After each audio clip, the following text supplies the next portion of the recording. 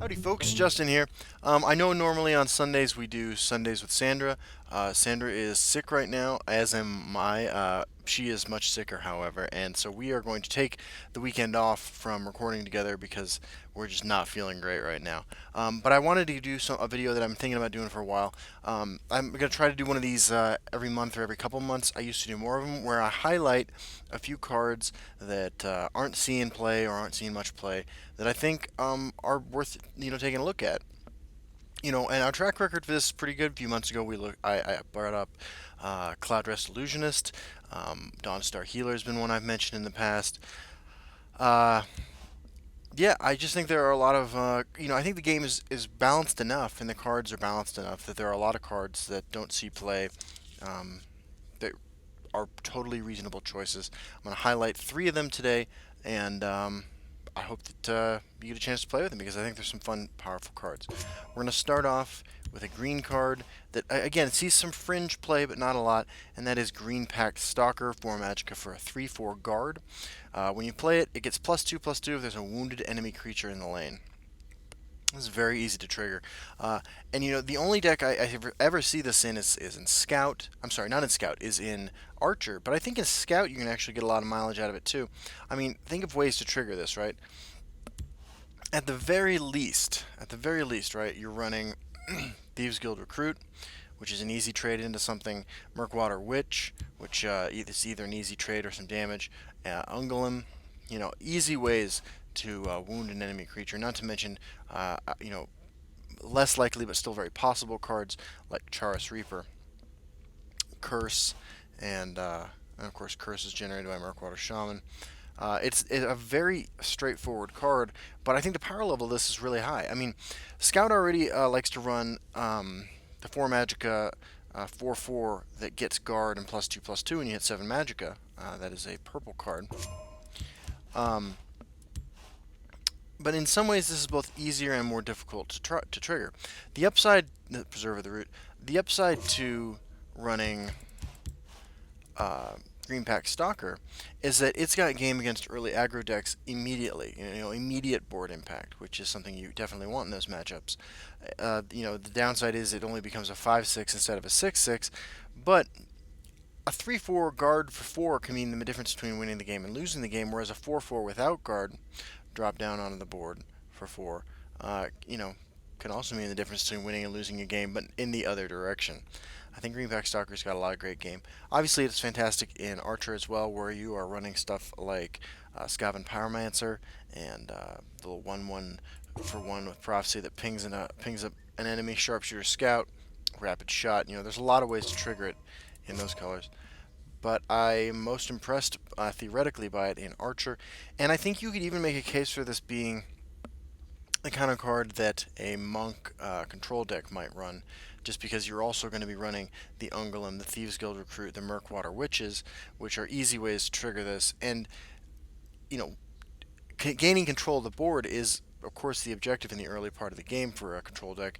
Green Pact Stalker, I think, has a lot of advantages over other 4-drops you might drop in terms of its power level and in terms of its guaranteed results. So I think that Green Pact Stalker is an underplayed card that is definitely worth a look. Next, we're going to look at a yellow card, a 2-drop, Ravenous Hunger. This card, again, sees fringe play. I play a copy of it in the Monastery of Despair list. It's in my new Crusader deck. It's a card I'm really pushing right now because I really think this card is underplayed. If you've been playing on a ladder the last couple seasons, you've probably seen a lot of this guy, a 4/1 for 4, or 4/1 for 2 with Prophecy. This is sort of the opposite, right? Like the 4/1 for 4 with Prophecy is probably the most aggressive Prophecy trigger, right? Like that, there's on no planet is that that Prophecy a control response to a more aggressive deck, although it may be used like that in some fringe situations. Ravenous Hunger is like the mirror, the control mirror of that card. Obviously, the more you play with decks with Ravenous Hunger, you find yourselves trying to set up situations where you drop it into the shadow lane opposing a creature. Um, and it does a great, it's really cool at one specific thing, which is uh, having your first rune broken and potentially getting a prophecy or just drawing a card, and then slamming this into the offending creature and gaining that life back. Because, being at 29, but having your first rune broken and your opponent being at 29 and having all of his runes intact means you're ahead on resources. And being equal at life while being equal at life, which is a huge thing for a deck that's being a little more reactive. I think Ravenous Hunger is totally fine too, just as a way to contest any enemy 2-drop. There are no 2-drops in the game except for Murkwater Witch that this doesn't trade favorably with, um, unless they have Ward, of course. But the same decks running Ravenous Hunger are going to have access to execute abilities, so Ward not the biggest problem in the world. But Ravenous Hunger is fantastic. I mean, the ability for Ravenous Hungerer to not only gain you life, but also be a fantastic card to drop in the early game to trade against Fifth Legion Trainer, say, or the cards that your more traditional defensive 2-drops aren't going to be able to trade into, is unparalleled. I think it's a really strong card. I think it doesn't work in every yellow deck, but I think that it works in a lot more yellow decks than are currently playing it. So I expect to see me play Ravenous Hunger this season, just like you saw it in the Monk last season. Um, I think it has a place in Control Mage where it rarely, if ever, sees play. I think the future of Control Mage is a more prophecy-oriented list, uh, a little more aggressive potentially. But I think Ravenous Hunger belongs in some of those lists, and it's just not seeing any play. I think it's definitely got a spot in Monk Control. I think it's got a place in Altar Monk. I think you can make a case for it in a mid-range Pilfer list that was just trying to combo somebody out instead of just being more aggressive. And yeah, hopefully it's got a place in the Crusader list that I will be playing on camera on the ladder for the first time in 2 days, or whenever February 1st is. Let's check the calendar real quick. Yeah, 2 days. Okay, so that's my second card, Ravenous Hunger. Third card is another one that I've seen. I have seen this card played, but not very often. That card is Doomcrag Vampire. I was thinking about this card because somebody mentioned something about it in one of the comments on my channel.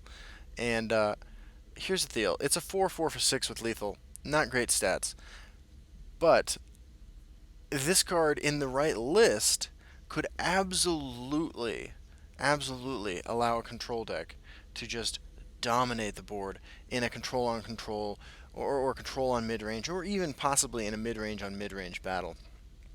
And depending on what the meta looks like in a couple days when the new season starts, given that we just had our second balance patch in like 3 weeks, I think that coming at a coming out with a deck that runs Doomcrag Vampire in conjunction with uh, either ping effects from strength, the 3/1 for 3 that pings a creature, deals 1 to it, or the 1/1 for 1 that deals 1, or Ash Servant even, or warded creatures in intelligence, or small charge creatures in red too, like Nord Firebrands. I think the I think there's a lot of potential there. I really had to think about this for a while. I threw together an arena deck recently where I had a Doomcrag Vampire and was just amazed at how many favorable trades I was able to make. Um, you would have to what I like about it, and what I like about these other two cards too a lot, is something that I look for, and I'm looking for cards that I don't see a lot on the ladder that I'd like to see more of, either in my own decks or just played in general. And that is, how badly am I warping my list to accommodate this new tech, right?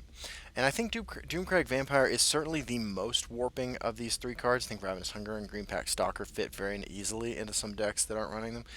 But I think Doomcrag Vampire does, I have to admit, does have a little bit of that. It sort of necessitates a little bit of warping. But I have to admit also that in my arena deck, I had no special ways to trigger this. I was playing Scout when I got the Doomcrag Vampire. I just was able to make incredibly favorable trades. And, if you don't have to come up with small creatures with charge or with ping abilities. You can also protect Doomcrag Vampire beyond guard creatures, and suddenly your 2/3 guard creatures, if you're playing Kvatch Soldier, you're playing a Spell Sword deck, are trading with Odahviing, right? Um, yeah, I think Doomcrag Vampire is underplayed. It's an incredibly powerful ability to allow anything on your side of the board in that lane to just trade into anything. I think Sorcerer is certainly an interesting place to put this card. I know that Sorcerer is, has a couple different lists that have been seeing a lot of play recently. I think that there are a couple lists that aren't seeing any play that are still reasonably playable. A control sorcerer, but I think that a sort of grindy ward sorcerer playing cards like a Doomcrag Vampire or two um, could be fantastic. Combos nicely, of course, with High King Emmerich, allowing High King Emmerich to basically be what Elena Banach wishes she was. um, Yeah, so that's a look at just three cards that I think are really strong, really powerful, that just are seeing virtually no play. Niche play. If you have suggestions for cards, go ahead and let me know. Um, we did hear on Reddit not too long ago through a developer stream on Twitch that there will be an announcement about expansion plans in the next month or 2 months. So hopefully soon enough, we'll have the opportunity to look at a whole bunch of new cards. But I think this season's going to be really exciting, both because of the new Stampede Sentinel that's coming out, and because these balance patches are keeping us all on our toes, and it's keeping the game live. I mean, here's the thing: I've been playing since May, and I still really enjoy building new decks and playing things I haven't done before, because the game is relatively well balanced. It's certainly far and away the best balanced CCG I'm currently playing. I recently got invited into the closed beta for Gwent, and I've played some Gwent, and it's a fun game, but it is I can't claim it to be particularly balanced at the moment. It's still in closed beta though, so no disrespect to those people. Um, but I've played Hearthstone. I've played Magic. I mean, the standard Magic standard right now is just recently dealing with some bans too. But what Elder Scrolls has that none of these other games have is really responsive developers who are willing to make changes frequently, but not so frequently that it's confusing or off-putting, but just frequently enough that they're listening, and that nothing ever has it hasn't become stale for me. I've been playing for a long time with the same cards, frankly. So I mean, I'm ready for an expansion. Like, look at this. I have 14,645 soul shards, and I have basically every card. I have every legendary right now except for um, let's see. I have every legendary except for good old Nakreen Dragon Priest, who I couldn't bring myself to craft again because I feel like that's one of the worst cards in the game. So I'm ready to craft some new cards. But in the meantime, I'm excited about playing some cards I've never played with before because I think they're good. All right, I will see you all on the ladder. I hope you're looking forward to the debut of our new Crusader deck, and I hope you're having a great weekend. Bye bye.